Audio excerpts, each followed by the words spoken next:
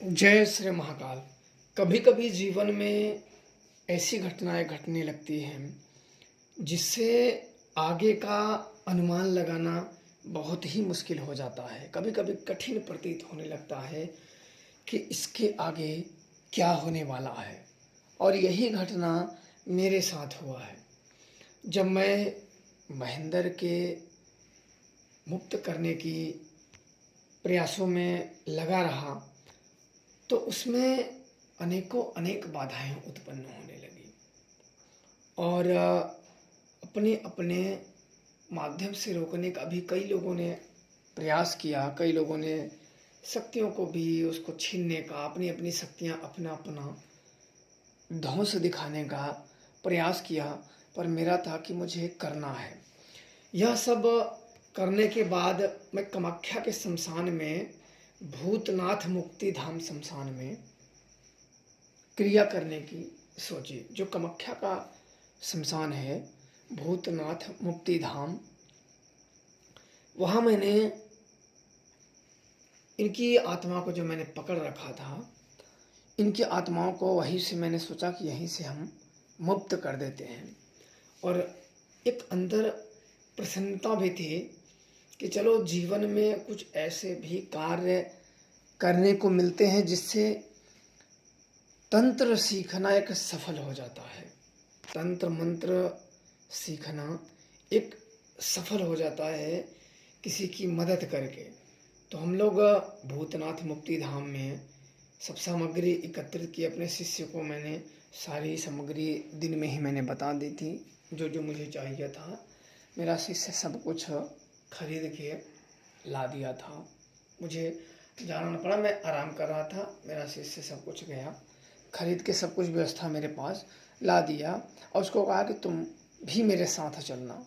मैं इसलिए लेके जा रहा था कि कभी कभी कोई क्रियाओं में शिष्य को बैठाना ज़रूरी होता है, ताकि वो देख सकें कि कौन सी क्रिया किस तरीके से की जाती है, ताकि वो धीरे धीरे, यही तो होता है कि ज्ञान अज्ञान का हटना और ज्ञान का उदय होना। कुछ देखते रहेंगे, कुछ समझते रहेंगे तो कुछ उन्हें क्रिया करने आ जाएगी।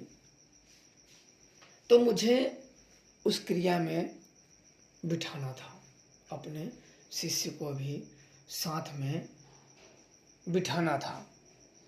उसके लिए मैंने सारी तैयारियां कर दी। सुरक्षा मंत्र, प्राण सुरक्षा मंत्र, सभी कुछ मैंने कीलन व्यवस्था वहाँ कर ली। करने के बाद जब हम सब गए तो वहाँ एक साधु और उसकी 5-6 शिष्या और 2-3 शिष्य पहले से ही बैठे थे। वो बिल्कुल उनकी जैसे महफिल सजी हो, दारू शराब वाली। तो हम लोगों को 11 बजे शमशान में आते देख उन लोगों ने बिल्कुल बड़े विस्मय तरीके से हम लोगों की तरफ देखा। तो अघोरी बड़ा ध्यान से देख रहा था। मैंने भी अपना चिमटा और त्रिशूल दोनों हाथ में लिए थे, क्योंकि मुझे वहाँ ज़रूरत थी। कई शक्तियाँ त्रिशूल से ही संचालित होती हैं।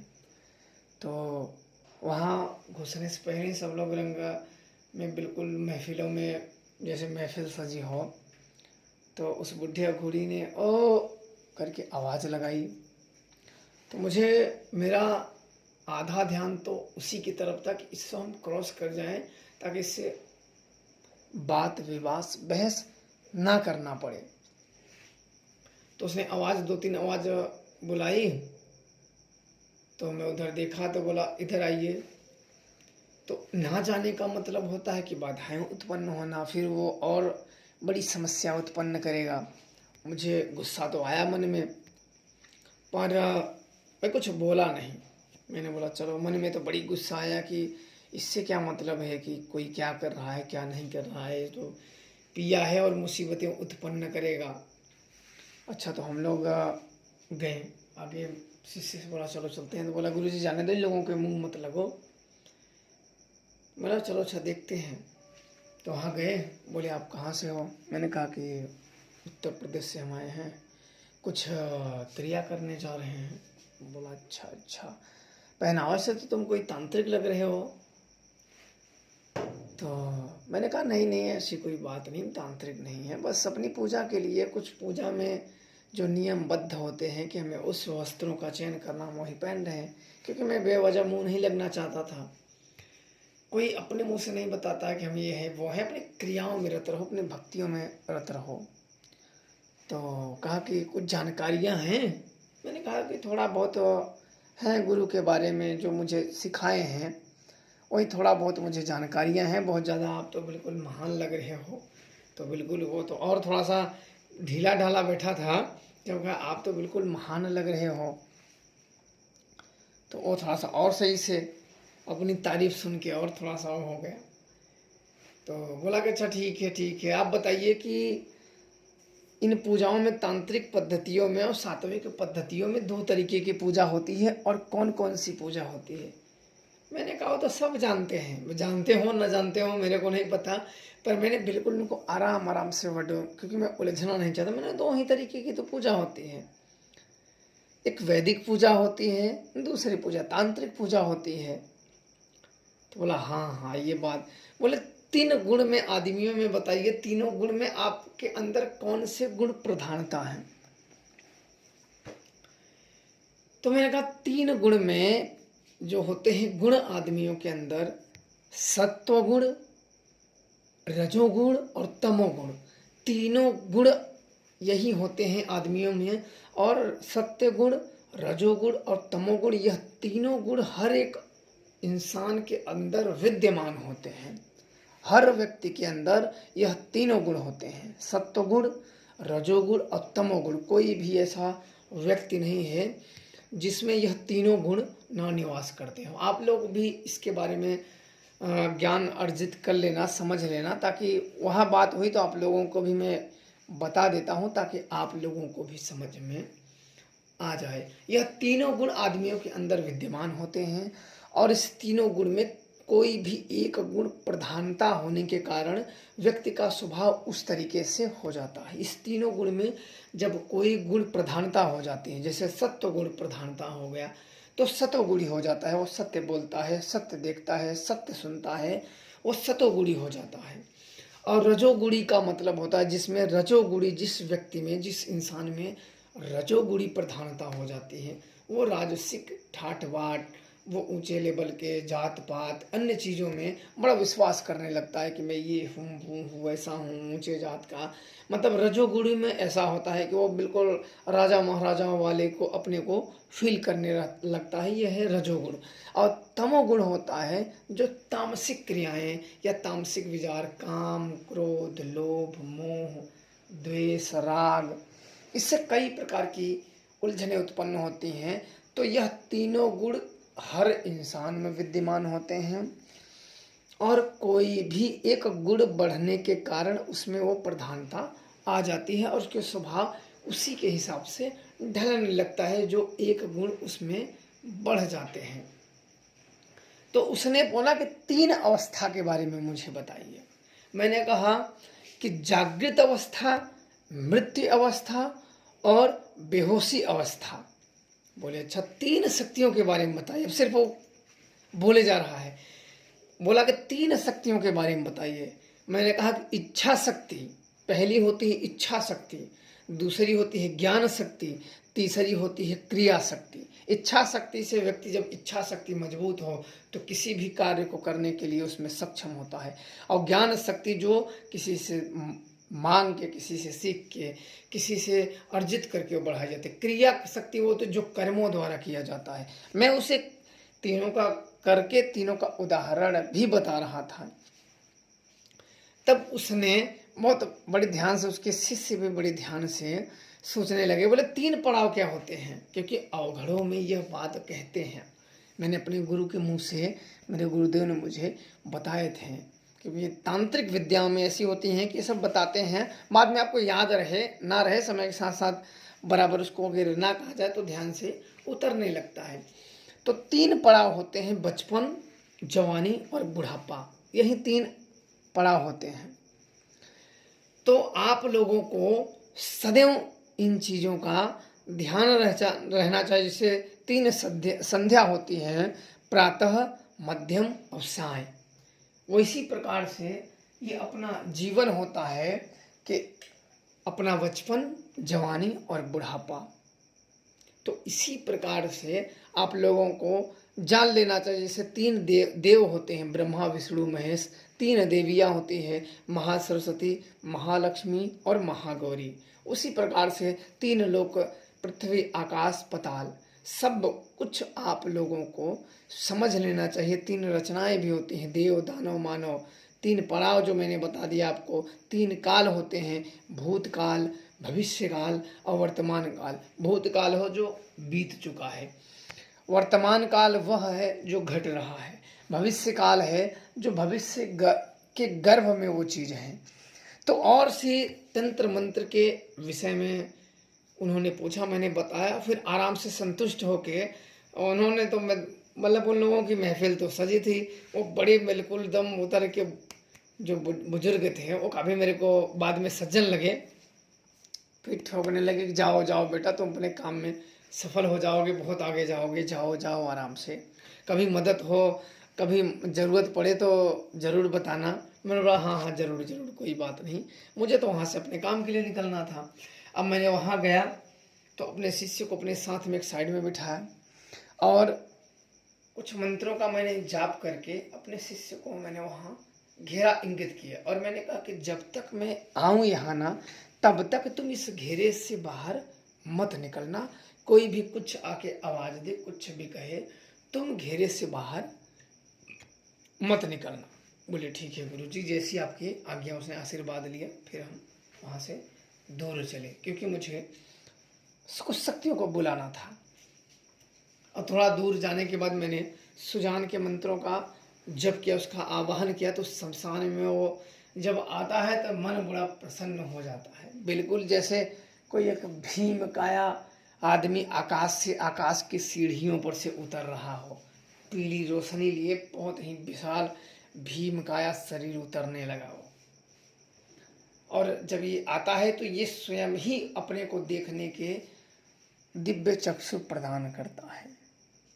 ये बहुत ही, मैं आज भी अपने गुरुदेव के धन्यवाद कोटि कोटि उनका प्रणाम करता हूँ कि ऐसे गुरु सभी को प्राप्त हों, कि ज्ञान एक तरफ, गुरु का प्रेम एक तरफ, भक्ति एक तरफ, समर्पण एक तरफ, उनका प्रेम भाव एक तरफ।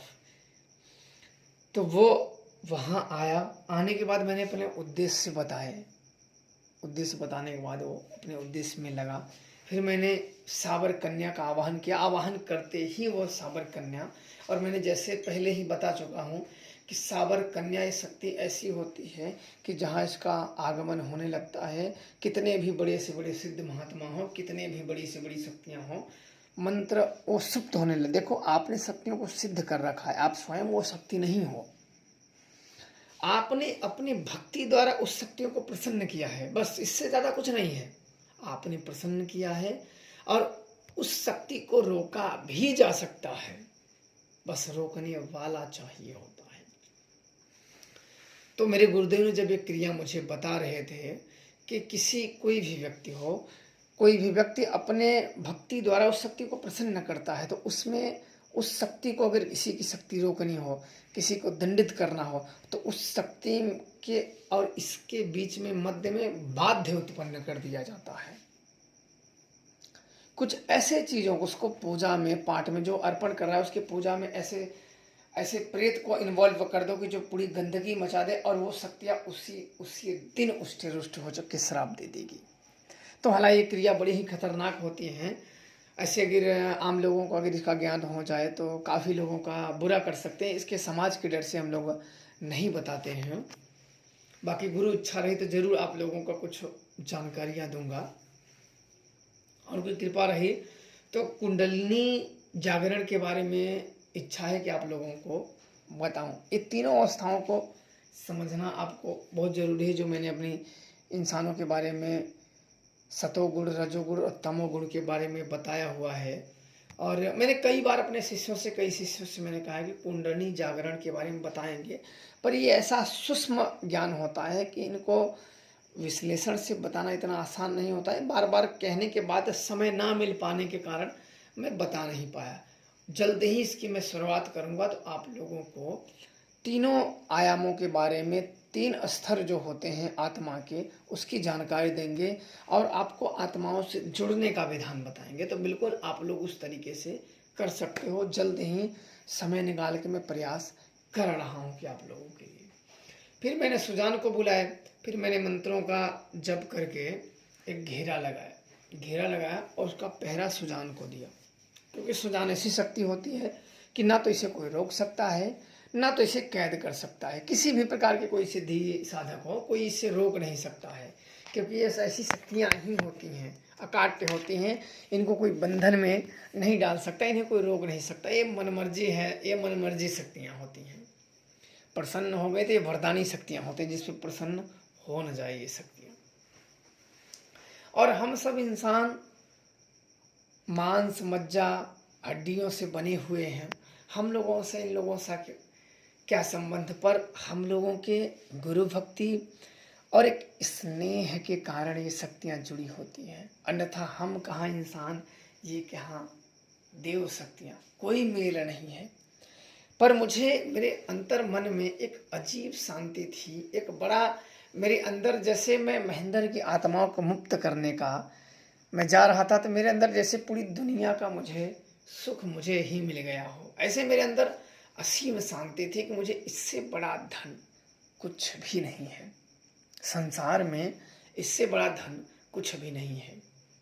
चाहे पेट में अन्न रहे या जेब में एक पैसा भी न रहे, पर मन जब संतुष्ट हो जाता है, जिस व्यक्ति के अंदर जिस दिन संतोष का धन आ गया ना, ये रिश्ते नाते, ये दुश्मन, ये शत्रु, ये लाभ, ये हानि, सब एक खेल लगने लगते हैं। और मैं वहाँ जब गया, तो जब साबर कन्या का मैंने आह्वान किया, तो शक्तियाँ मुझे सिद्ध थी, गुरु द्वारा मुझे सिद्ध थी, उसी क्षण आ गई।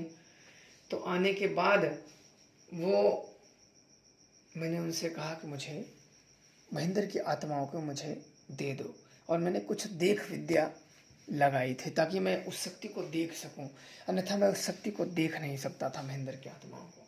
तो उस शक्तियों को मैंने अपने दोनों मंत्रों को अपने उंगलियों पे पढ़ा और अपने आँख के पुतलियों पे मैंने छुआ दिए, और ये प्रेतों को दिखा देती हैं।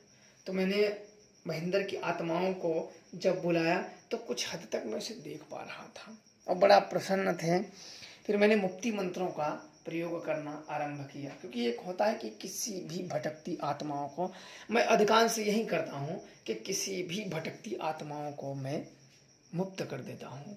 उनको मुक्त करने के लिए पहले कैद किया जाता है, कैद करने के बाद इस भटकते हुए संसार से उन्हें मुक्ति मंत्र द्वारा उनको गुजार दिया जाता है। एक आकृति बनाई जाती है, यंत्र बनाए जाते हैं, यंत्र खींचे जाते हैं, और यंत्रों को मंत्र द्वारा अभिमंत्रित करके, वो पुण्य मंत्र होते हैं, मुक्ति मंत्र जिसे बोलते हैं, उसमें घुसते ही वो व्यक्ति मुक्त हो जाता है। फिर उसे हम भी नहीं हेर पाएंगे, न ढूंढ पाएंगे, क्योंकि धरती पर जब व्यक्ति रहेगा तो उसे आप ढूंढ पाओगे, पकड़ पाओगे। किसी भी प्रकार की आत्माएं अगर धरती पर विद्यमान हैं तो ये कुछ ही क्षण में पकड़ के ला सकते हैं, पर अगर जब मुक्त हो जाते हैं तो ये नहीं ला सकते हैं, क्योंकि इनसे तब ऊपर की हो जाती हैं, तब ईश्वरी पड़ाव में आ जाते हैं जहाँ किसी का बस नहीं चलता है। तो मैंने वही मंत्र त्रिभुज बनाए जो मैंने अपने गुरु द्वारा सीखे थे। मैंने कुछ आकृतियाँ बनाई शमशान के त्रिशूलों से, मैंने कुछ आकृतियाँ बनाई, आकृतियाँ बना के उसकी आत्माओं को मैंने बुलाया। बुलाने के बाद प्रवेश उसमें आकृति में मैंने करा दिया। आकृति में प्रवेश करते हैं उसकी आत्मा, जो धुंधलापन उसके दिख रहे थे, जो वायु के आकार का कोहरे कोहरे दिख रहा था, एक सर्जना बनावट का, वो जाते समय मेरे को 3-4 बार उलट उलट देखा। पहले तो मुझे उन्हें कहा कि मुझे मेरे घर जाना है, तो मैं जानता था कि घर जाने का मतलब है, हम लोगों की भी एक उम्र सीमित है और इसको फिर कोई ना कोई कैद कर लेगा, पता नहीं कितने हजारों वर्षों तक। गुरु के पास शिष्य, शिष्य के पास शिष्य, शिष्य के पास शिष्य, ये कैद होता चला जाएगा और काम करता चला जाएगा। तो इसको मुक्त ही कर देना ठीक है, ताकि अपने आगे की यात्रा में ये जाए। किसी की यात्रा कभी भी रोकनी नहीं चाहिए। तो मुझे लगा कि इसकी मुक्ति ही मंत्रों का चलाना उचित है।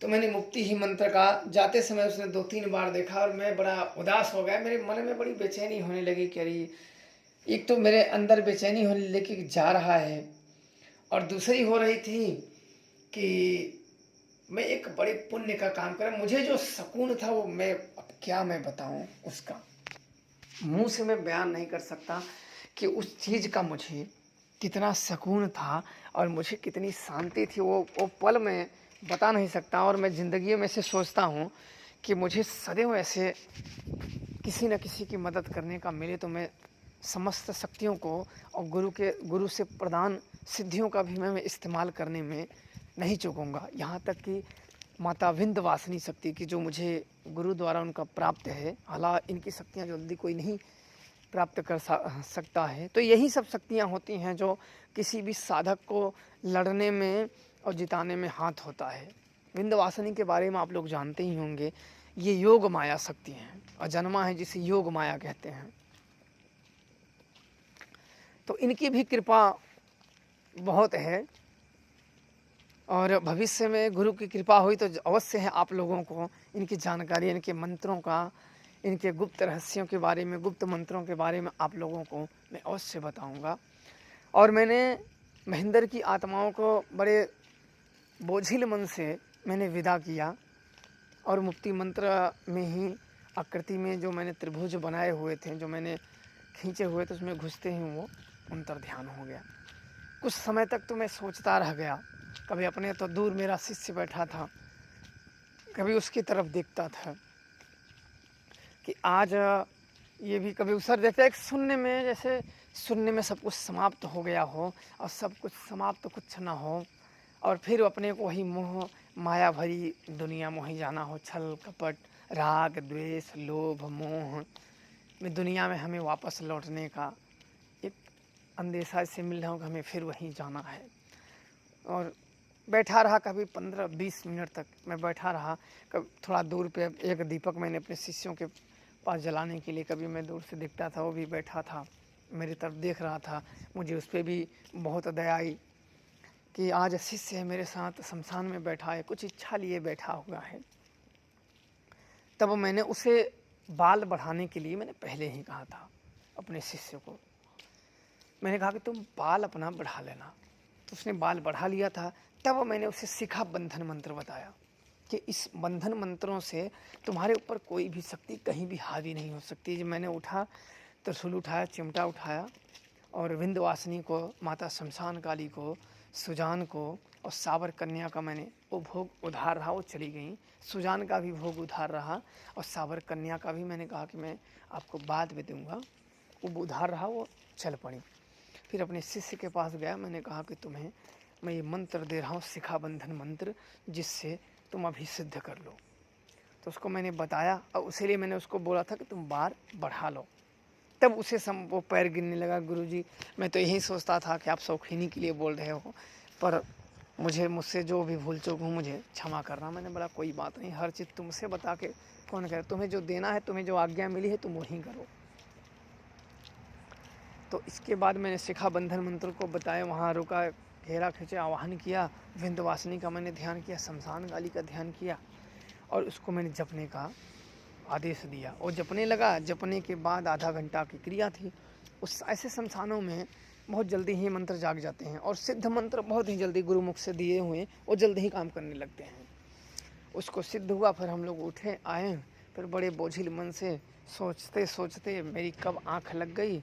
फिर हम लोग वहाँ से घर के लिए निकले, वो टिकट काटें, फिर हम लोग वहाँ कुछ समय के बाद, कुछ दिन के बाद हम लोग वहाँ से निकल गए। रास्ते भर सोचते रहे, और आज मैं अंतिम कहानी आप लोगों को बताते हुए, आज मुझे फिर मेरा मन भारी भारी हो गया याद करके कि लोग क्या करते हैं, लेकिन हमें पुण्य का, और हम इंसानों के अंदर दया भाव अवश्य होनी चाहिए।